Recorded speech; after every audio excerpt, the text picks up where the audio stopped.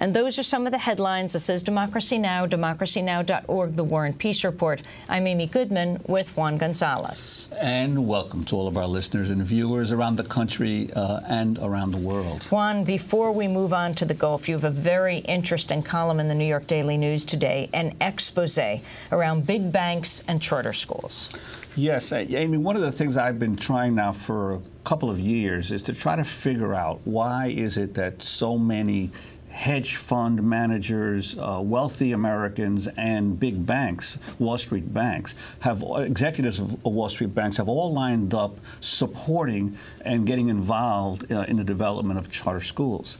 And I think I may have come across one of the reasons. There's a lot of money to be made in charter schools. And I'm not talking just about the for-profit management companies that run a lot of these charter schools. It turns out that at the tail end of the Clinton administration in 2000, Congress passed a new kind of tax credit called the New Markets Tax Credit.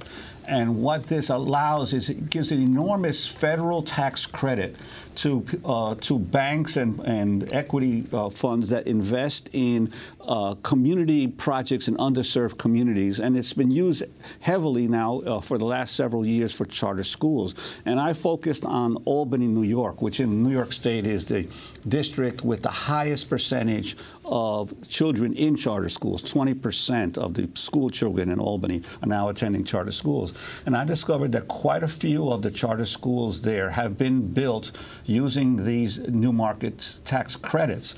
And what happens is the investors who put up the money to build the charter schools get to basically virtually double their money in 7 years through a 39% tax credit from the federal government. In addition, this is a tax credit on money that they're lending, so they're collecting interest on the loans as well as getting the 39% tax credit. They piggyback the tax credit on other kinds of federal tax credits like historic preservation or job creation or brownfields credits. The result is you can put in $10 million and in 7 years double your money.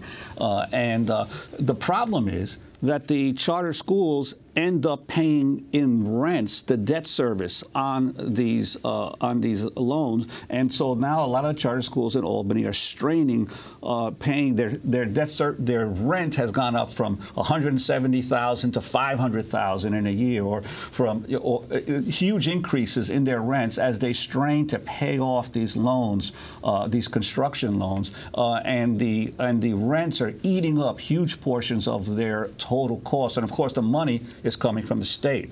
So one of the big issues is that so many of these charter schools are not being audited. No one knows who are the people making these huge windfall profits as the investors, and often there are interlocking relationships between the charter school boards and the nonprofit groups that organize and syndicate the loans, and so there needs to be sunlight on this whole issue. And the state legislature right now is considering expanding charter school caps.